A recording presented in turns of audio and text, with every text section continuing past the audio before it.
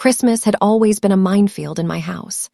The lights, the tree, the cheerful music, they were just a backdrop for my mother's annual comparisons. She had this way of making everything about my sister's achievements as if the world had only one spotlight and it was permanently reserved for her. This year was no different. I walked into the living room, dressed in my favorite cozy sweater, trying to ignore the tension brewing beneath the tinsel and ornaments. My sister, Lauren, was already there, flaunting a brand new designer coat, a confident smile plastered on her face. Mom's eyes sparkled, not with joy, but with the smug pride she always reserved for Lauren. As I hung my coat, Mom clapped her hands together, her voice rising above the Christmas carols. "Everyone gather around, I have wonderful news," she announced. "Lauren bought a house, isn't that amazing?" The room erupted into polite applause and congratulations. I forced a smile, even though the knot in my stomach tightened. I knew this was coming. I had predicted the speech, the gloating, the inevitable question aimed directly at me. "And what about you?"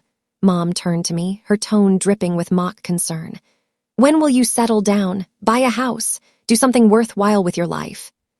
Time seemed to freeze. I could feel my cheeks warming, but I refused to let the anger show. I just smiled, slow, polite, almost serene. "Oh, I said softly, keeping my voice calm, "I'm taking things at my own pace. No rush." Mom raised an eyebrow, clearly expecting a flustered reaction, but I stayed composed. Smiling was my shield, my silent rebellion. Inside, I was boiling. For years, it had always been this way. My accomplishments minimized, my efforts ignored, and my sister's successes paraded as the family standard.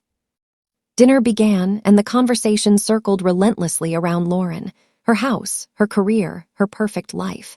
I nodded, complimented her achievements, laughed at her jokes, all while hiding the storm of resentment building inside me. My father occasionally shot me sympathetic glances, but he didn't intervene. My mother, as usual, basked in the satisfaction of her favorite child status. By dessert, I had made a decision. I would not confront them now. That would be too predictable, too easy for them to dismiss. No, I would wait. I would bide my time. They had no idea that my smile was not just polite. It was patient, calculating, and quietly furious. Christmas ended, but the fire inside me did not. Lauren had her house, my mother had her pride, and I had my plan. A plan to make them remember me, not as the overlooked daughter, but as someone who could succeed on her own terms. And when the time came, I would smile again. Only this time they wouldn't know whether it was polite or victorious. After Christmas, I couldn't shake the feeling of being invisible in my own family. Every comparison, every snide remark, every subtle jab from my mom played over in my head like a broken record. Lauren's life was always on display. Her achievements, her purchases, her friends, her milestones, while mine seemed to exist only in the background, dismissed as not important yet. It hadn't always been like this. When we were younger, my sister and I were close. We shared secrets, laughed at inside jokes, and dreamed about the future. But as soon as Lauren hit her teenage years, the dynamics shifted. Mom started comparing everything, my grades, my hobbies, even the way I dressed. "Lauren is so responsible," she would say. "Why can't you be more like her?" The unfairness became unbearable over time. Birthdays, graduations, even family vacations, they were all about Lauren. I remembered the summer when my parents promised me a trip to New York for my high school graduation. I had been counting the days, imagining myself exploring the city, finally feeling recognized. But at the last minute, they canceled it. Why? Because Lauren wanted to go on a European adventure with her friends. My disappointment was shrugged off. "Maybe next year," Mom said, as if empty words could erase the sting. I realized something crucial then. My family's favoritism wasn't about love, it was about control. The more they made me feel small, the more powerful they felt. But their control came with a weakness. They underestimated me. They assumed I would always play the part of the obedient, invisible daughter. They thought I would always smile, nod, and accept their comparisons. That's when I made a promise to myself. I would no longer play by their rules. I would take my own path, in my own time, and when I succeeded, they would have no choice but to acknowledge me. I began quietly, almost invisibly. I focused on my career, networking with the right people, saving every dollar I could, and learning skills that would set me apart. While they were busy admiring Lauren's new furniture and fancy house, I was quietly building something more lasting, something they couldn't brag about, something they couldn't control. Every interaction with my family became a lesson in patience and strategy. When Mom mocked me, I smiled. When Lauren bragged, I listened. But inside, I cataloged everything. Her weaknesses, her arrogance, her reliance on Mom's constant approval. And I thought about how sweet it would be when I turned the tables.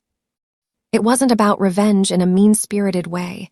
It was about justice. About proving that being overlooked didn't mean being powerless. I was learning that the best victories were the ones you built quietly, invisibly, until the moment you revealed them. By the time the next family event rolled around, I wasn't the same girl who sat quietly at Christmas dinner. I had started to evolve, to plan, to prepare. And every smile I gave my mom and sister was no longer just a shield. It was the calm before the storm. They had no idea that their constant comparisons and mockery were giving me all the information I needed to succeed, not despite them, but because of them. And deep down, I knew that when the time came, I wouldn't just smile, I would shine. By the time the next family gathering approached, I had transformed from the quiet, overlooked daughter into someone who moved with purpose. I wasn't loud or flashy. I didn't need to be. My advantage was in strategy, patience, and stealth. I started small. I took on freelance projects that paid well, built a strong professional network, and invested my savings smartly. While Lauren spent her time showing off her new furniture and Instagram-worthy photos of her house, I was quietly building real wealth and influence. I also polished my social image. Subtle hints of my accomplishments began appearing in conversations with friends and colleagues, but never with my family. They still assumed I was finding my way. Every compliment from outsiders about my skills, my drive, or my taste in investments I kept to myself until the perfect moment. At family events, I remained calm. Mom would try her usual tricks, comparisons, snide remarks. "When will you do something impressive?" I smiled, nodded politely, and let her arrogance paint her as predictable and small-minded.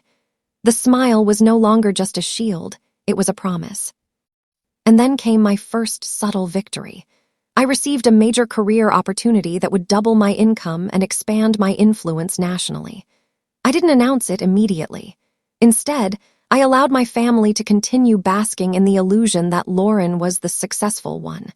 My power grew silently, patiently, and methodically. Part 4, the payback and victory. Christmas rolled around again exactly 1 year later. The table was set, ornaments gleamed, and the same tension hung in the air. Lauren was there, beaming, ready for Mom's inevitable gloating. But this year I was different. I walked into the room confident, polished, and radiating success. Mom, as always, started with her usual spiel. "Everyone, look at Lauren, she bought a house. Isn't she amazing? And you?" Her eyes swept toward me, expecting a nervous fumble. I smiled, not just politely, but with the quiet confidence that comes from knowing you've already won. "Lauren's house is lovely," I said smoothly. "I'm happy for her. I, too, made some exciting moves this year, career milestones, investments, and even a little property of my own." The room froze. My words were calm, casual, but the effect was electric. Mom's smug expression faltered. Lauren's confident smile wavered. "What do you mean?" Mom asked, trying to regain control. "I closed on an investment property this year," I said, letting the words land. "And I received a promotion that puts me on a national platform for my work. I've been building my independence, and it's been an incredible journey." Silence and then whispers. Then, finally, acknowledgement. My mother's face, once so smug, now carried a mix of shock and respect. Lauren looked at me in stunned silence. For once, I wasn't being compared. I was being measured, and I outshone every expectation they had of me. I didn't gloat. I didn't brag. I just smiled. This time, a victorious smile that said, "I've arrived on my own terms." It was sweet, the way they realized they had underestimated me all these years. All the comparisons, all the mockery, they had fueled my fire, and now they were witnessing the results. My patience, strategy, and silent work had paid off. That night, I understood something essential. Revenge isn't about hurting people. It's about rising above them so they can't deny your success. And sometimes, the best revenge is living well, quietly, and triumphantly. Mom never mocked me again, and Lauren learned that success isn't always flashy.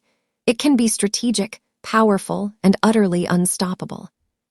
I kept smiling, and this time they knew exactly why.